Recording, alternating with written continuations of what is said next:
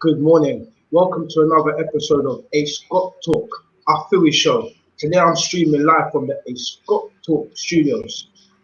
As you know, the world is currently experiencing pandemic, and in the midst of fear and confusion and panic, this can cause a lot of stress on our mind and our mental well-being. When we talk about mental health, we're literally talking about the state of your mental health. And I think at times like this, when things can be quite alarming, we need to restore a sense of panic and calm. So this morning, on the Scott Talk, a fully show, I thought, who better to invite to join me in conversation than the legendary Tony Seeley. This gentleman's work in the community is as a drama practitioner as well as a community theatre maker. Good morning, Tony. How you doing, sir? Oh, good morning, Ace. God bless you, my brother. Such a pleasure to have you, my brother, on Media Net TV. You're an absolute legend. But for those that aren't aware of your work, can you just tell the audience a little bit about yourself and the work you've been doing in the community for years? Good morning, everybody. My name's Tony Seeley. I'm a drama practitioner and a theatre maker, and I've been using the creative arts for about almost coming up to 30 years, probably, working pretty much right across the board in sort of housing, youth and community, regeneration, criminal justice, substance misuse, education. I've spent a lot of years working in small rooms with a group of people who are looking to find alternatives about their behavior. And my job often is going into those places, institutions, community groups, and working with a group of people who are not really familiar with the creative arts, or they've had some kind of connection with it in their past, whether they are young people or adults, but they've often been told that they're not very good, they're not very creative. And I suppose my job is really to build some kind of group with them, and either within that building of a group is to create some message that they want to say that is important to them. And that usually comes through the use of using drama and exploration of the things that matter and the things that concern these people. And if I'm lucky, then all of that material can be put into the Dutch pot and cooked up to create some kind of performance that they want to present to the wider public or community.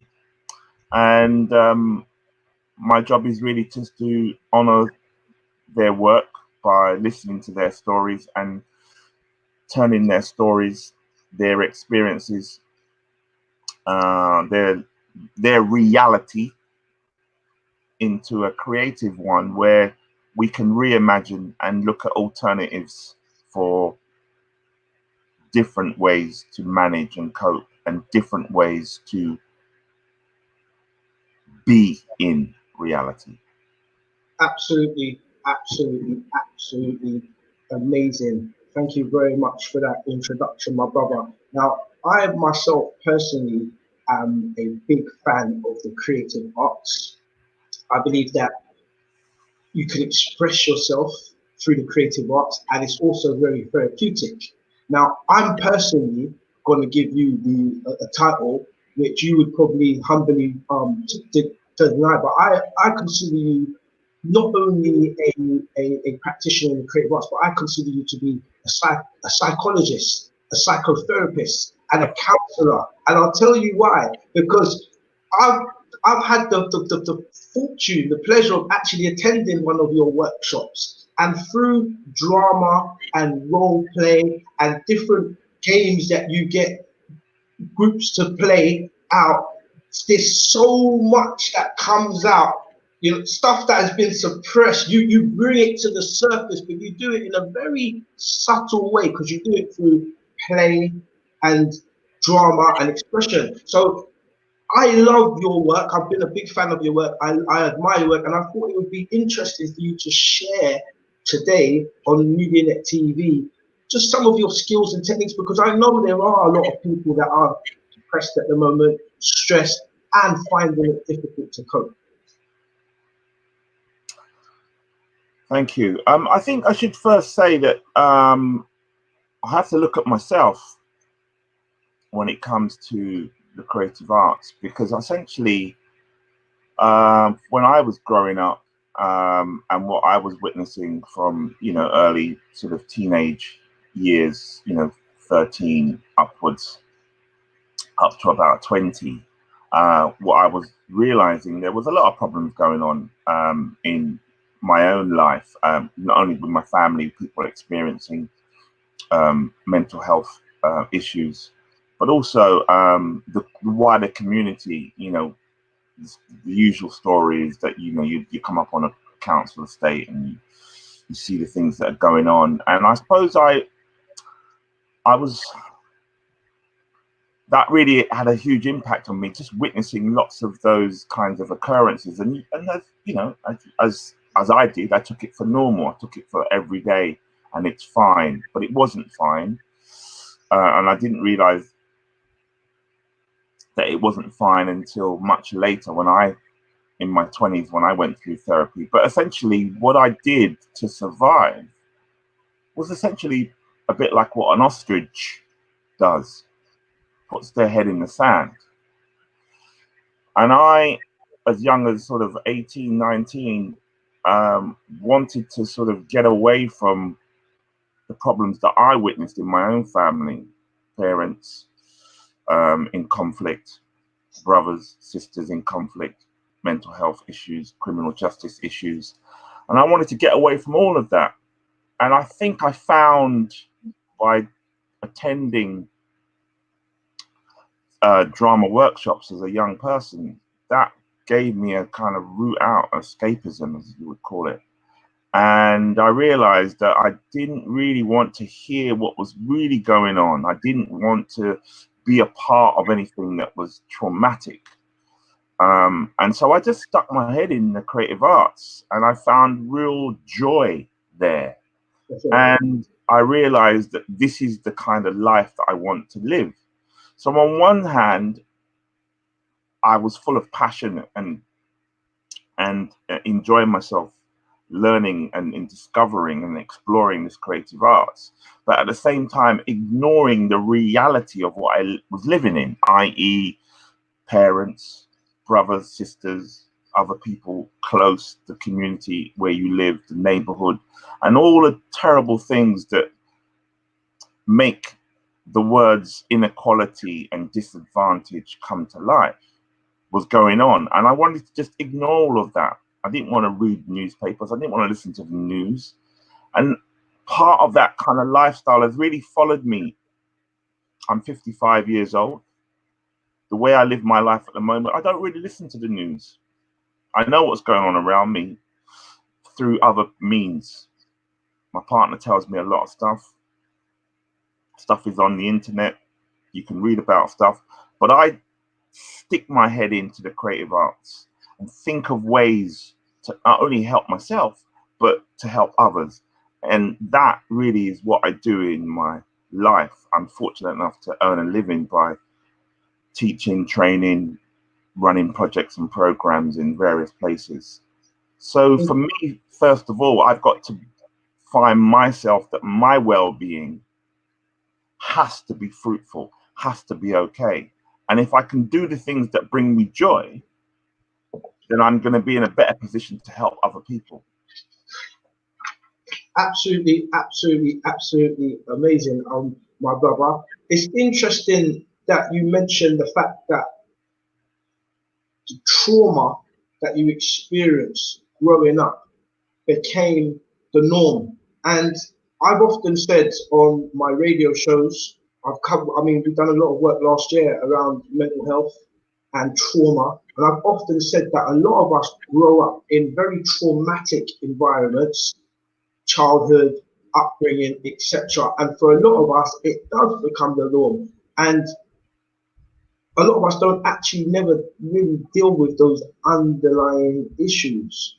And I've always encouraged therapeutic ways to, calm the body and calm the mind. So, my brother, have you got any someone out there right now who's sitting at home watching us, scratching their head and thinking, actually, because there are a lot of us, especially in our community, if you're in a room with 10 people and you start talking about traumatic childhoods, 8 of them will start telling a story, and we'll have more than one story, we know how the story of them go. So where would you suggest somebody starts? Because it's something that's dear to my heart. And shout out to Katrina, who's written a book called God's Gift, and she's written a book all about childhood trauma in our community. So someone that is, traumatic for feeling a little bit, they've got underlying issues that they want to maybe start addressing. How would we encourage someone to maybe address those issues from a creative arts perspective? Because like I said, what I really like, because it's got talk, it's important to note, I've started a free counselling service for anybody that's got, really serious issues that they need to speak to a professional counsellor about. And we follow all the government guidelines where that's concerned. But I'm also aware, and anybody that is interested and needs a counsellor, we're going to post the link in the comments. You can go to www.realtalkradio.co.uk, click on our health services page, fill out the blue form, and you get a counsellor on the phone ASAP. But I also am aware that some people, there's a little bit of a taboo and a stigma around counselling. They might go, well, I don't need a counsellor. There's some people, they feel like that, So for those people that just might be feeling a bit stressed, feeling a bit of anxiety, maybe suffering from a bit of depression, I've attended your workshops and I've seen the amazing work you've done. And I know you do a lot of work around mental health continuously throughout the year. So what advice would you give those people, and where would you suggest they might start to look in terms of the creative arts field and things they could do to just bring down their stress levels? Personally, looking at myself, I want to do the things that make me happy, that bring me joy, and the things that I like doing. So I think for me, it's a place of, if I was going to recommend and tell other people, well, what do you like doing? What brings you joy? What activities that you find useful, that you realize that it's giving you a sense of well-being? I would start there, whether that's reading a book, painting, going for a walk, watching some kind of program.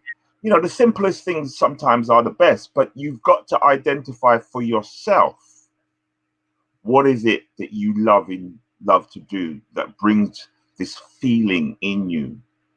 If you find what that is, then one must do that and pursue that. Because if it gives you that feeling, a bit like a drug, then you're addicted to that. I'm addicted to the creative arts and the empowerment that it can give, not only to myself, but moreover to the people that I work with and see, and a transformation.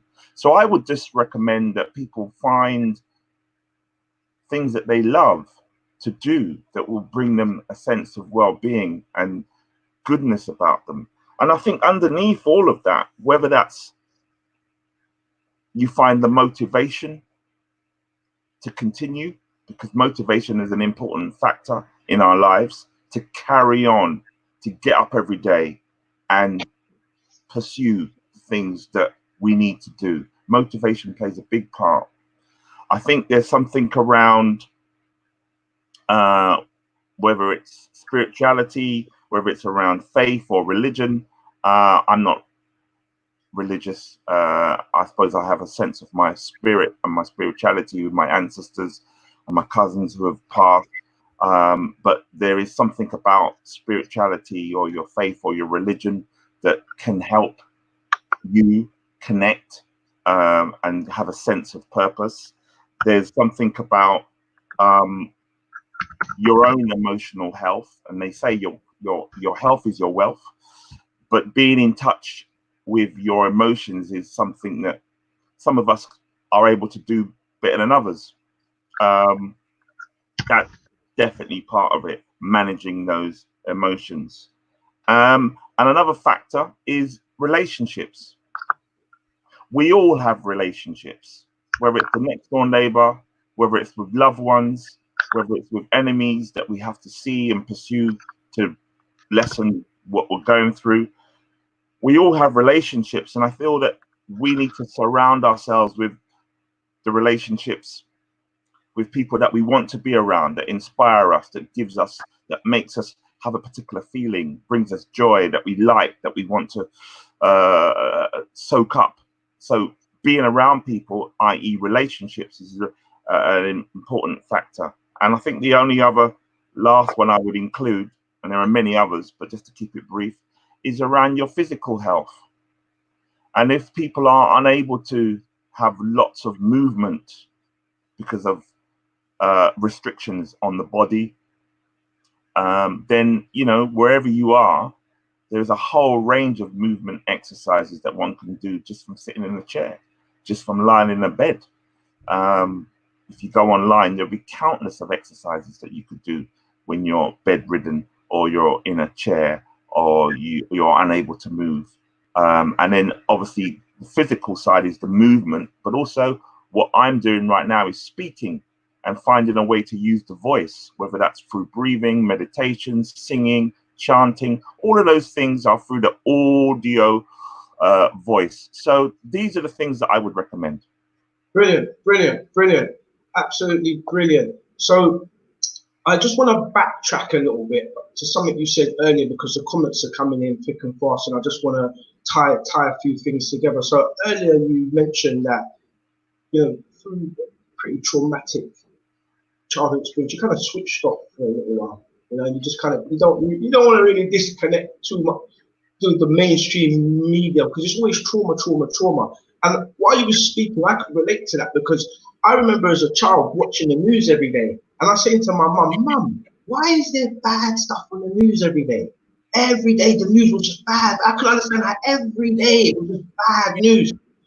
And as I grew up, I got it. I got it. I got it. This, you know, this world is run on fear and panic and etc. But you mentioned switching off, and shout out to Anne Marie Henry, who put in the comments. She was just sharing about her childhood experience, and she said that she also experienced a bit of a traumatic childhood, and she went on mute for 2 years.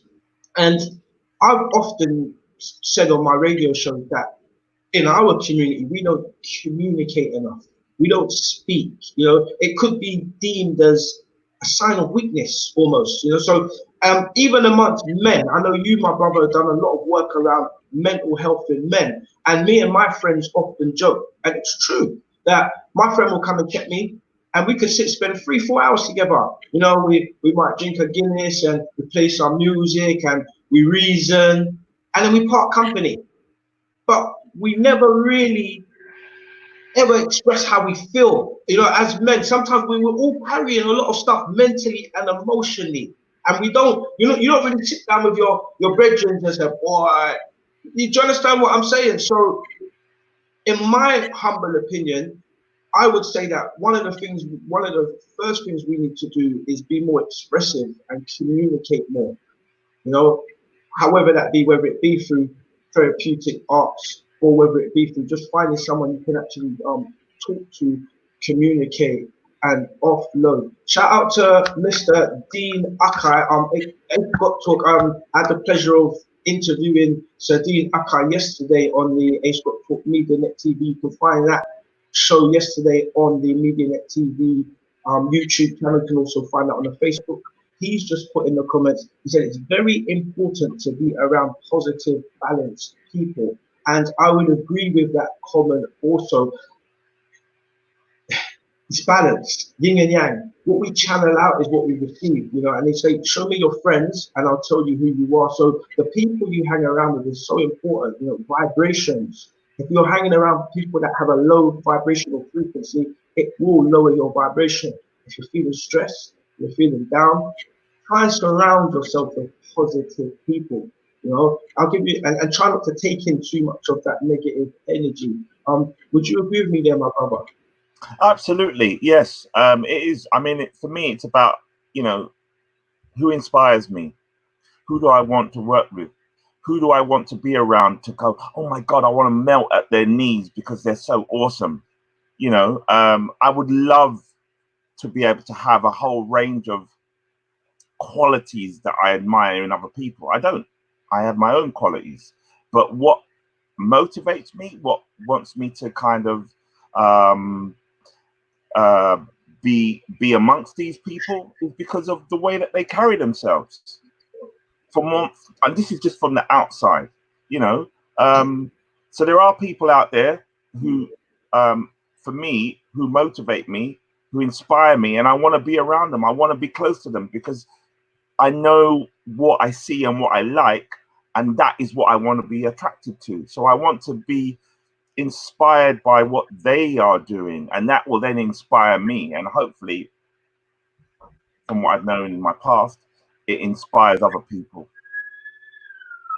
Brilliant, Inspiration. brilliant, brilliant. I just want to read out one of the comments that someone just put on one of this my social media platforms. They've just said, when you are evolving to a higher self, the road seems lonely, but you're simply shedding the energies that no longer match the frequency of your destiny. And I've often said that sometimes you have to let go in order to elevate, you know. So it's also about looking around you. The people that you've got around you, are they conducive of where you want to go? And if not, letting go of those people. You also, I know, brother, you do a lot of work around helping support the community with issues like drugs and substance misuse. And I know at this time of isolation, you know, alcohol sales go through the roof, you know, and you know, the drug dealers are still kept busy. So what advice could you give to our people at home right now that might be watching this and their consumption levels go up? Because, you know, I even know women who do half a bottle of wine every night, you know. So what would you say to those people? How do they? Because, you know, sometimes if you're not mentally strong, and I don't want to say that in a condescending way, but sometimes we can all our mental strength, just like our physical strength, can go up and down. We all get weak, the best of us, and sometimes people lean on crutches or stimulants to, you know, push them through these difficult times. I know you've done a lot of work in that area. What advice would you give to those listeners? For me, I think it's always about a balance. And what I mean by that, my own example is I feel I'm pretty healthy. I get up each morning, Monday to Friday, go running. I eat healthily. Unless I'm around other people, then I have to, you know, warden off the other food that is just way too nice. And if you have too much of that, as you know, anybody, for me, can obviously make you not feel good. So an example is I would love to sit down at night time and I'll just wax through a whole packet of chocolate digested biscuits. Before I look around them, gone. And it gives me a great pleasure to do that. But in the morning, I'll be like, oh God, oh, terrible. I overdid it. And so I have to be aware of, you know, my own self. I think it's about a balance. If you can find that balance in your life, then there's nothing wrong with that. I don't think it should be one way or the other. I just think life is a balance. You need to do the things that you want to, that bring you joy, but also being aware of the risks of too much of one thing cannot be good for somebody. So that's my only kind of advice, really. Too much of one thing might not be good for the soul. And I think it's definitely about balance, you know, and working out that balanced schedule for your own self, because you know yourself better than anybody else. Brilliant, brilliant, brilliant. Some more comments just flying in there. Shout out to Uncle Money on this one. He's put in the comments, he said, when influencers inspire each other as a tribe and are on code, it's the easiest way to inspire virtuous growth in the community. And I would 100% agree with that. It's definitely a each one teach one, and it's definitely about the influence. It's about what we channel out as beings, because it's all frequencies that we're putting into the atmosphere. So it's definitely, I'd agree with you. Thank you very much for your comment there, Uncle Money. Brother, you also mentioned earlier about motivation. I think motivation is very important. A Scott Talk, I'm the winner of the World Motivational Speaker Competition 2019. But believe it or not, even the motivators need motivating.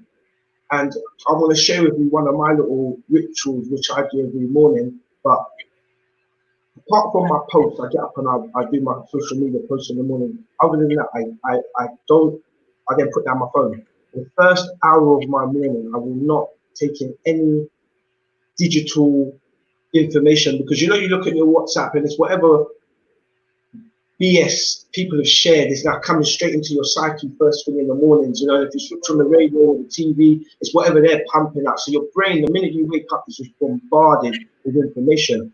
And the first hour of the day is the most important. So what I do when I wake up in the morning is I only listen to positive, inspirational speakers. That's all I do. First hour of the morning, I have to fill my brain with positivity to put myself on the right frequency. You know, and you believe me, the difference in your day, how you start the first hour of your day, I believe, it's my mantra, it sets you up for the next 23 hours. The first hour, what you do in that first hour sets you up for the next 23. So I like to listen to some motivation and I like to read, and that puts my brain in a state of clarity. Now I'm ready for the world. You know, do you have anything like that you do in the mornings, my brother? Yeah, so before the world has changed, I used to get up at 5 in the morning and go running for 40 minutes.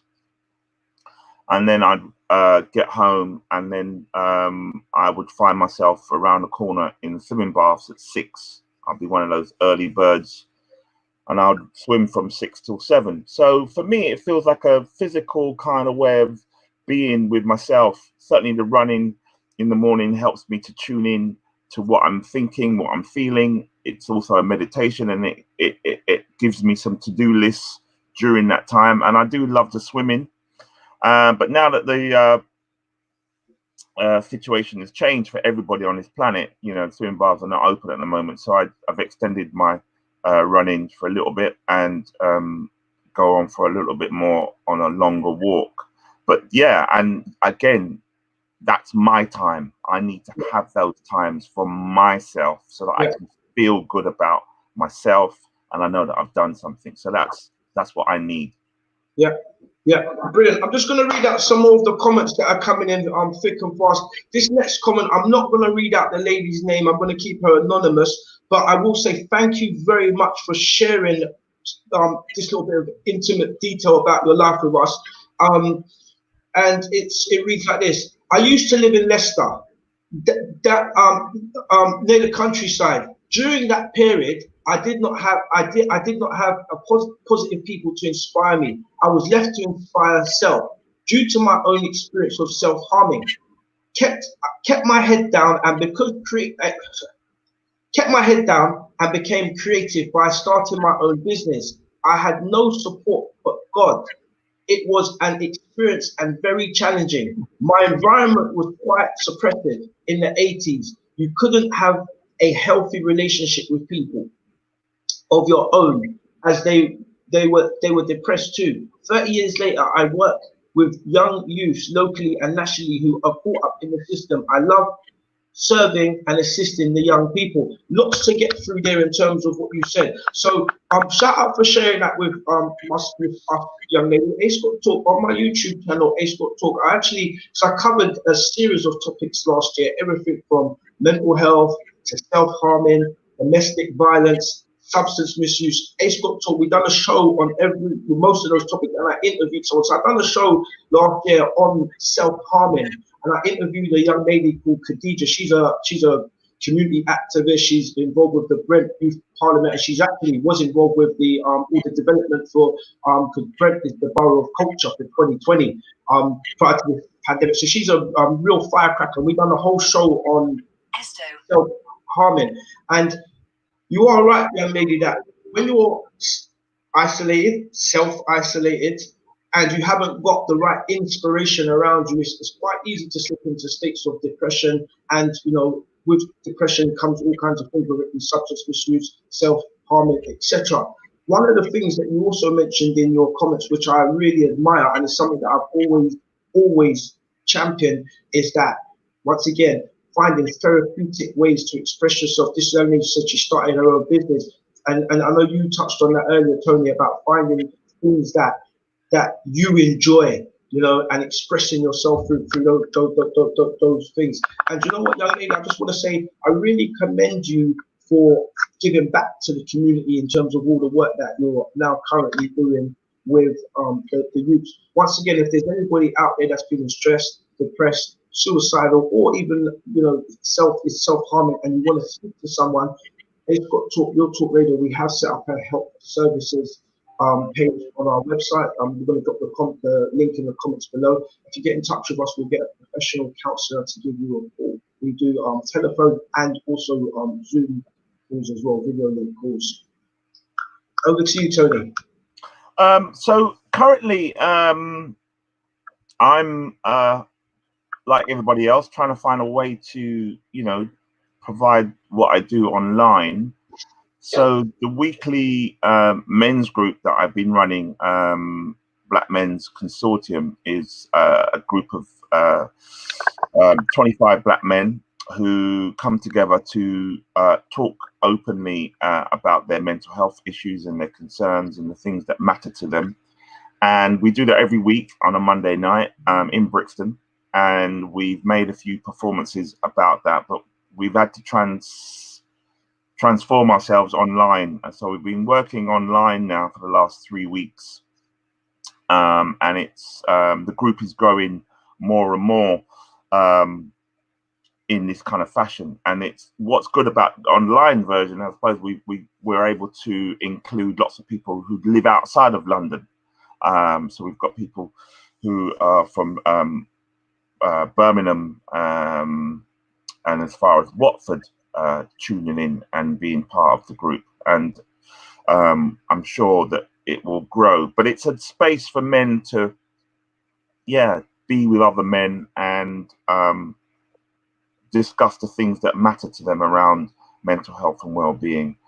And all of that sort of discussion work is then made into the creative form, where we essentially create scenes that are improvisations, stories of real lived experience, and transform that into some kind of creative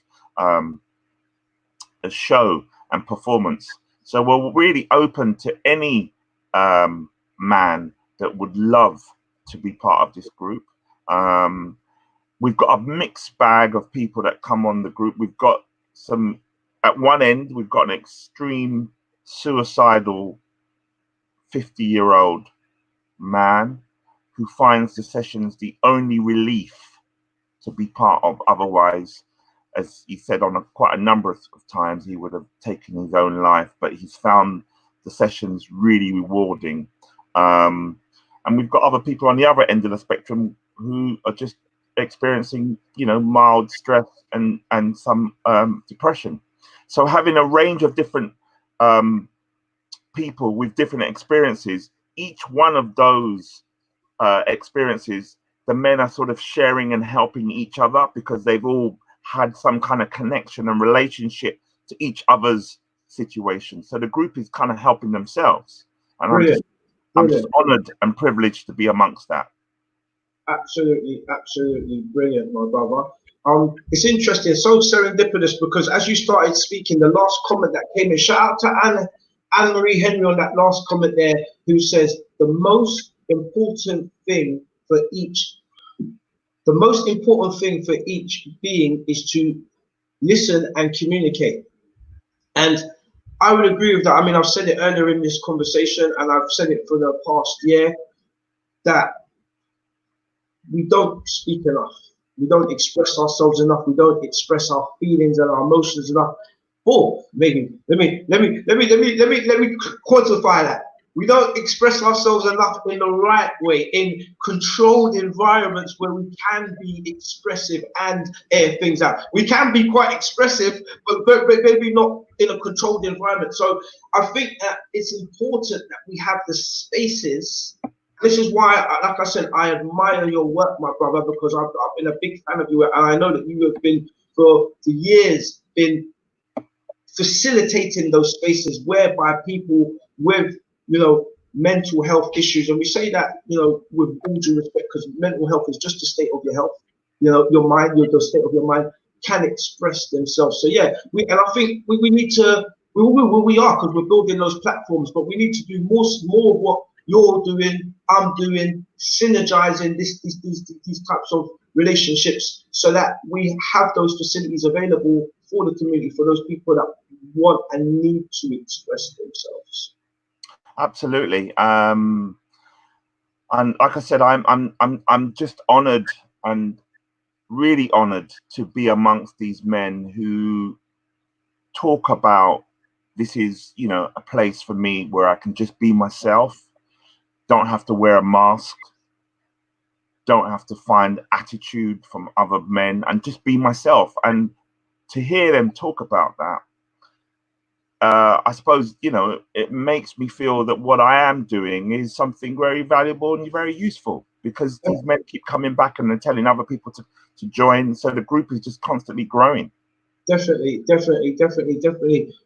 going to wrap up and summarize quickly, but just before we do, I'm going to share with the listeners a story that, a personal story that I've experienced at one of your workshops, because we done several small little drama exercises, but one of the ones that stick out so memorably to me is the exercise where you talked about the cops in the brain, and that analogy I think will stay with me for life. So I'd love you to explain to our audience what cops in the brain are. But just before you do that, I remember that when we went through the exercise, we literally split the brain open, and I had a look inside, took these little mechanisms out, so to speak, cops in the brain, lined them all up, put them under a microscope, dissected them individually, and then put them back in and zipped it all up. It was like a Frankenstein's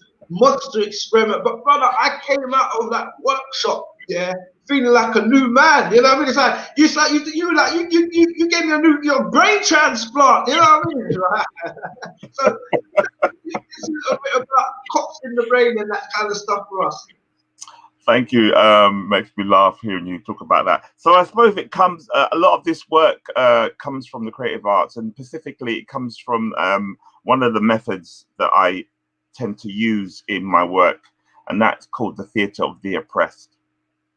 The theatre of the oppressed was it's a methodology and a movement, an activist movement that is all about liberation. And for those of you who are well educated and know much more about me than education, because I don't feel I'm very educated that well, it comes from the work of Paulo Freire. And to cut a long story short, this Brazilian theatre director in Brazil in the early 50s was very close friends with Paulo Freire, and they together created Pedagogy of the Oppressed, which is a book that Paulo Freire wrote. And then Boal, being a theatre maker, he took that book and he created the Theatre of the Oppressed. And the Theatre of the Oppressed essentially has basic aims and objectives, is to build strategies for citizen action. It's to analyze and understand and overcome situations of oppression.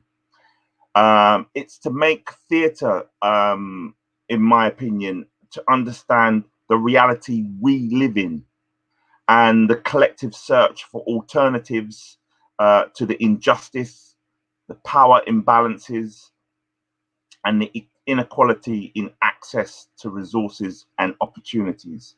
So what I want to do is to use the theatre of the oppressed to build solidarity and find concrete means for transformation, the unjust realities of overcoming our problems. And so in the workshop that you attended, I essentially asked you to share your story of the problem that you experienced in your life, which you dealt with, and it's okay for you to share.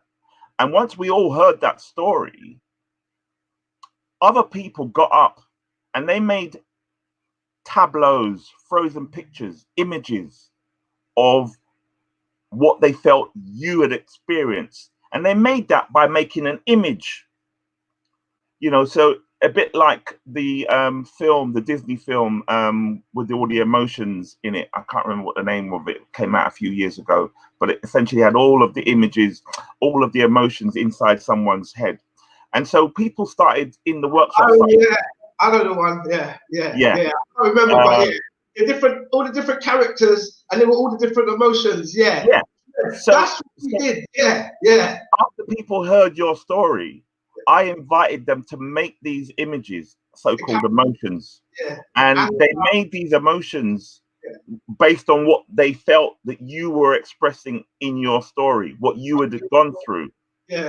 And they made these emotions, and we did have a range of them, like almost like a gallery display, which I call the rainbow of emotions, because in our heads we have, you know, anger, sadness, disappointment. We have a whole range in our head, and that's what we did. So I just creatively embodied them and got people to play these characters, these emotions inside your head, and we could start to prod them and find out what is their ideology, what do they want, what do they desire, how do they work, and what happens when you put them with other ones, and what is there any connection and solidarity, or are they in conflict with each other? And all of that was going on when we took them out of your head and put them into a social situation like a bar or meeting with friends. And we wanted to understand a little bit deeper of where does this oppression, this what we call cops in the head, is something like a real concrete cop, is something like, for me, a policeman who I know that may or may not traumatize me in some way. A concrete cop in my head is my school teacher at school, who would give me the cane for being rude in the class or not speaking. A cop in the head for me might be my mum 25 years ago telling me, why we are do? You want to go do a serious job like your brother? You do this foolish creative thing. It's not work for you, you know. And so that ongoing oppression that I had to deal with made me feel a certain kind of way. So in the workshop, just to finish, we created all of these characters that you were able to identify, relate, and connect to.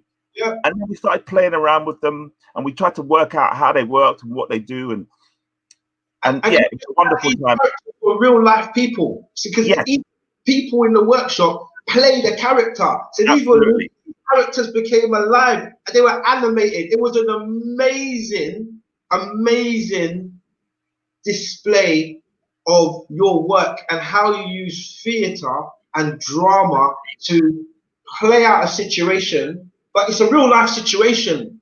Brother, it was amazing. You know, as you were speaking, I just got. Sorry, I'll let you finish. Go on, I'll let you finish. So essentially, that's one of the kind of methods that I would use when I'm working with people, is to just look at their reality. Their reality is their story, is their lived experience of what the problem is for them on a daily basis. I dramatize that, and then I ask other people to kind of give us an idea of the alternatives that this person can deal with. What is it that they can do differently so that they can transform from that reality into a different type of reality, to the one that they want for the future. Brilliant, absolutely amazing. And you know what, my brother, while you were speaking, I want to ask you, with all due respect, I would love, when this pandemic wraps up, if we could actually do that, that experiment again, but film it. Sure. You know, because that whole exercise, even just that, would be so amazing to show people, because I think they can learn so much from that. Just a couple of comments coming in there. Shout out to Iola Williams, who says that you are doing absolutely excellent work, Tony, and the work that you're doing is very needed in the community. All right. Shout out to Dean Akai, who says the drama therapy was a great course and bonding. I think it was a good tool to shift to shift people. Yeah. So Dean Akai also attended that same workshop, and we had an amazing time. And it was an amazing bonding. And when he talks about shift, what he's talking about there is shifting people's mindset. Because once again, it's like The Simpsons. How much jokes, how much real life situations they play out through cartoon and humor. You know, and you know, it's all a joke, but it's real life. And this is what you've done, but not like The Simpsons, but in a theatrical way. And it's an amazing experience for anyone that's taken part in any of your workshops. I just want to add, just before we leave, Tony's details are in the comments below, so if anybody wants to get in touch with Tony or is interested in exploring some of his work, you can find his details in the comments below. We've talked about mental health today, and we've also talked about, you know, some of the things that can cause mental health, i.e. stress and anxiety, but just peeling it back a little bit. What causes stress? What causes anxiety?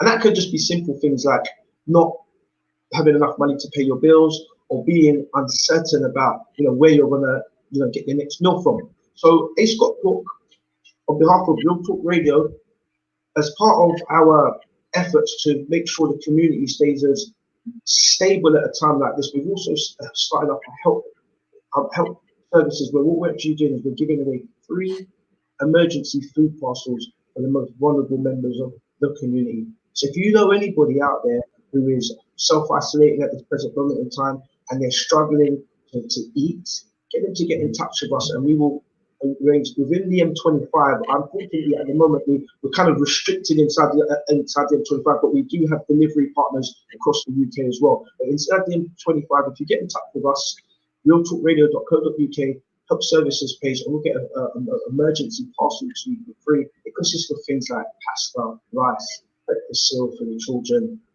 long life milk, some tinned goods, etc. All the stuff we do is completely voluntary. So any donations are also very much appreciated. You can go to www.realtalkradio.co.uk, and at the bottom of any one of our pages, there's a donation button. God bless you all. My brother, Tony Seeley, the great, the legendary Sir Tony Seeley. Brother, interviewing you today has been an absolute pleasure. You know, I tried to just get inside your brain a little bit and unpick a few of them mechanisms, but brother, it's been an absolute pleasure having a chat with you. I want to say stay blessed, and I hope you and the family and everybody stay strong, stay well. You know, we shall overcome, as they say. Do you want to just summarize and just say any last few words to the audience? Well, just thank you for listening, and I hope it's been useful. I'm just going to get back on to, well, like everybody else, with their own pursuits.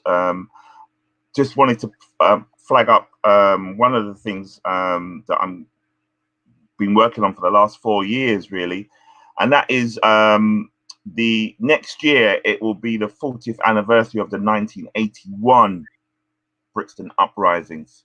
And I've been working with the community of Brixton, artists, tenants, businesses, arts organisations, activists, and we're trying to build a community-led program that looks at that whole era of that whole period of what happened in 1981. And if I may, I know you're running out of time, but there's some information. If you go to my website, you'll get a lot more information, and I can send you about what that cultural community-led program is going to look like. And if people want to get involved, hook me up and I can definitely send you all the details. But I wonder if I can spend just about a minute and a half.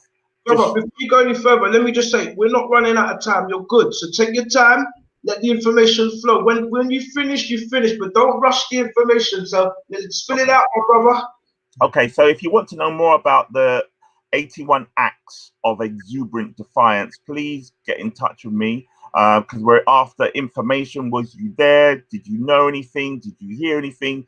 Do you have any pictures? Do you have whatever it is? We would love to hear that story from you about Brixton in 1981.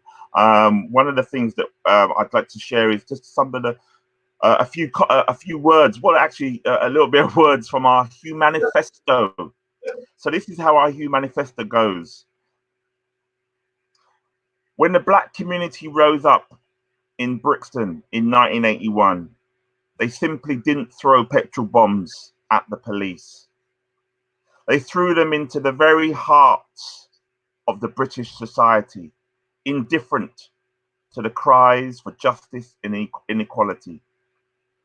During 3 days in April 1981, South London exploded. The consequences would resonate across the world. For the first time since the uprisings in 1981, we will tell the unheard story of this exuberant, defiant act of rebellion that fundamentally changed Britain. In 2021, next year, we have an opportunity to gather bravely across difference against a backdrop of the most bitter and divisive politics and austerity in British modern history, to recall, to reflect, and to learn from the past and forge new understandings about how we secure our futures together. There will be 81 acts of exuberant defiance to mark our way forward. We will stand on the shoulders of giants and led and fed by the need for hope. We will create new opportunities to both connect and collaborate. We will interrupt, we will surprise, we will invite people to pause, reflect, and see long-term entrenched problems with new eyes. We will shine a light on the injustices that gave rise to the 81 protests, the inequalities, the oppressions, the injustices that continue to this day. We will highlight issues around race, poverty, policing, and the criminal justice in an attempt to explore what has changed over the last 40 years. We will harness the power, the creativity, and the imagination of Brixton's exuberant diaspora. We will catalyze and facilitate difficult conversations and host spaces to safely hold constructive conflict. We will resist cold compromise and uniformity, to embrace difference and encourage empathy. We will shout out the names of our fallen and forgotten heroes so they can be heard by all. We will render audible the stories of those who have been forgotten, lost in a swirl of voices who have shouted louder for longer. We will make visible that which has been suppressed or masked by newness. We will reveal age-old truths dressed up as innovation or modernity. Led by the community, it is an invitation to rethink, regroup, refresh, to rethink strategies of resistance and resilience, to critically question how much has changed, to learn the lessons from the past, and to incite actions that make the future of Brixton as defiant and brave as its past, around the country, around the world, down through the successive generations of our ancestors. 40 years on, and the drivers of the Brixton uprisings have still not been properly understood by society at large, let alone dealt with. Absolutely, absolutely brilliant. Salute, Mr. Seeley. It's got talk. It's got talk. Told you already, the revolution will be televised. Because half the story has never been told. And one of my mantras is simple. Everybody's got a story. Everybody's got a story to tell. So we're going to be telling our story audibly and visually. in HD. That's high definition. You done know the thing already. It's got to MediaNet TV to the world. And the thing is, shout out to management, shout out to the producers, shout out to the researchers, shout out to everybody at MediaNet TV, because we got something cooking. I was speaking to the producers the other day and I said, why don't you drop this? Why don't you drop that? Why don't you drop that? And he's like, hey, just cool. And when I see what we've got coming, I said, all right. I said, all right, I like it. A man with a plan. So yeah, big and serious A Scott talk. I told them already, we're going to Rupert Murdoch this whole game, you know what I'm saying? You know, I feel sure. You know, we're going to tell our story, our way, our narrative. So yeah, my brother, you got my 100% support on that one. And once again, if anybody's got a story, if they were there in 81 and they've got their story that they want to add to what you're doing, how can they get in touch with you? They can hook me up on my website, which is listed in the links. It's www.tonyseeley.com, or they can contact me by phone or email, which I put in the chat.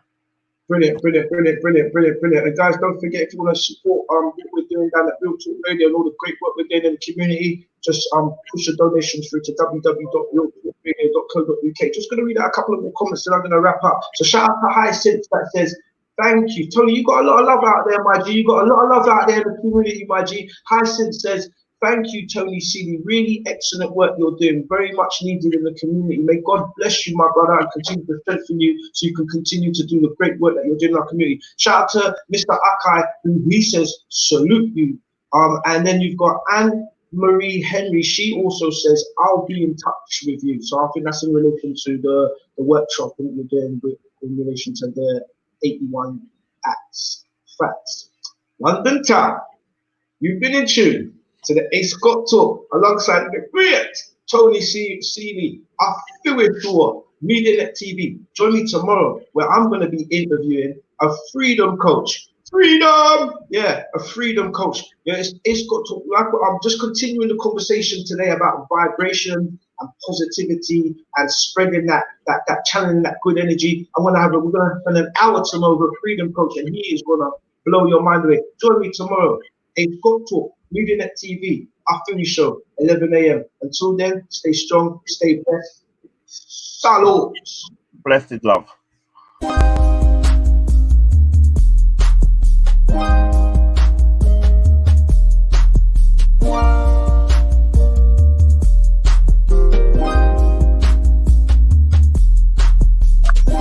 That was the one, baby.